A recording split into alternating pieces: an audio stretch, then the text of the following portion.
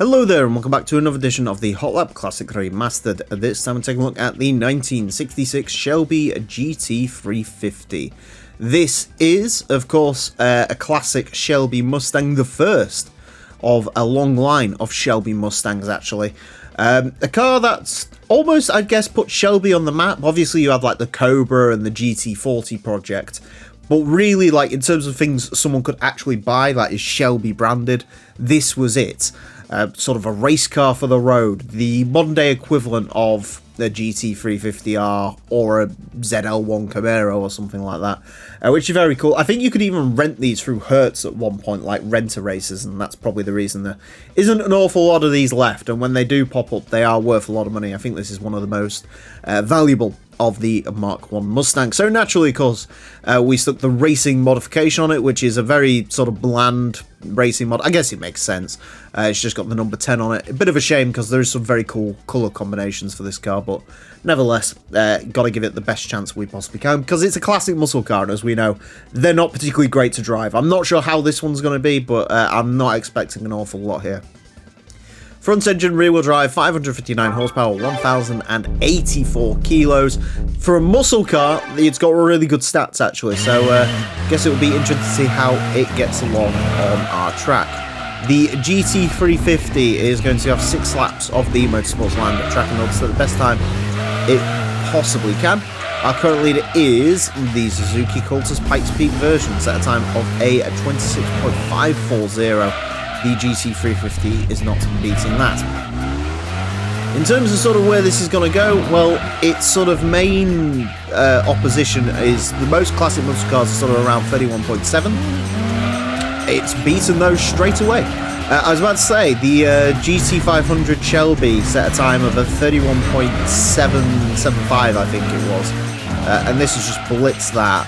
So, I guess the next stop for this car is the quickest American muscle car, classic muscle car I should state, we've had by far is the Camaro Z28. That's at a time of a 31.0, which this is just absolutely decimated. God, this is good to drive. Straight away, you know, classic muscle cars in this game obviously are interesting things to drive. They're very heavy. They're super powerful. They don't particularly get the power onto the road well. This is not that. The Camaro also wasn't that, but this is like the Camaro on steroids. This actually, 30.113. Can this get under 30? That would be incredible. This actually drives a lot like an RX-7, dare I say it, where, you know, you get a bit of wheel spin on the exit of a corner, but it's not like a lot. You know, you can just sort of power through it and just keep your foot planted in it, and eventually it'll just sort of gather its traction back up. There's no need to sort of tap accelerate this or anything. It is just absolutely sublime. It doesn't feel like it weighs 1,050 kilos. It doesn't feel like quite on that level of good, to be honest. Like, it does feel like a heavy car, but other than that, there's no real complaint to be had here. This is phenomenal to drive.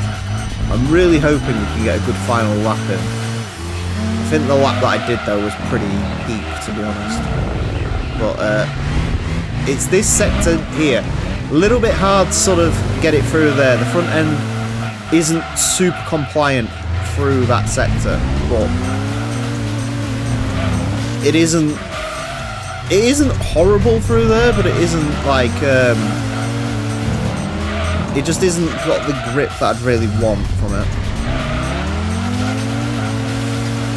30.195 on that final lap. Yeah, I think 30.113 is it. It's a shame. I would love for this to have broke into the under 30 club. I think that would have been absolutely hilarious, but as it stands, it does not. If it did manage to break into under 30, it would have really troubled the Z28 30th Anniversary Edition, which is a muscle car that is 30 years newer than this. And they get their power in different ways. That Camaro was very heavy, but just had a lot of torque and a lot of traction. That, again, very sort of RX-70 in the way that it drives. I don't think there's 0.2 in there. I wouldn't go that far. I don't think there's an under 30 in this, to be honest. I think looking at that, it could definitely be closer. But I don't think there's an under 30. I don't see it, personally. But you never know. I mean, if you sort of kept going round over and over again, perhaps. But personally, I don't really see it. But either way, a very phenomenal effort from this guy. It's just that first sector where it sort of falls down a little bit. A 30.113 will place this into 174th. Goes in between the Peugeot 406 Coupe and the Alfa Romeo 145 Cloverleaf. That means that this is almost a second quicker than that Camaro, making this what in my mind has to now be the undisputed king of the classic muscle cars. There is nothing going to touch this. I don't even know how many classic muscle cars we've got left, but none of them are touching this because that Camaro took forever to get beaten, and it's just been beaten insanely. Like, that is ridiculous. It's quicker than a Lancia Delta HF Integrale, quicker than an Astra, WRX Wagon, Z28 Coupe, the 97 without the race mod. It beats that. Beats the Jaguar XKR, which is essentially a modern sort of muscle car. It is 0.1 quicker than an S2000, quicker than a Lexus GS400, quicker than the TVR Supra 4.2.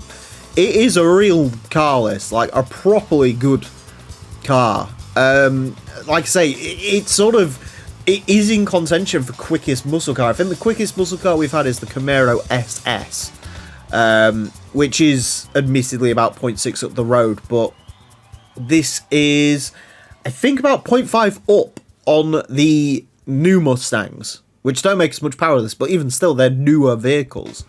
And this is just absolutely sent them into the shadow realm. That is insane from the GT350. Phenomenal effort, phenomenal car, really nice to drive. I can't recommend this one enough.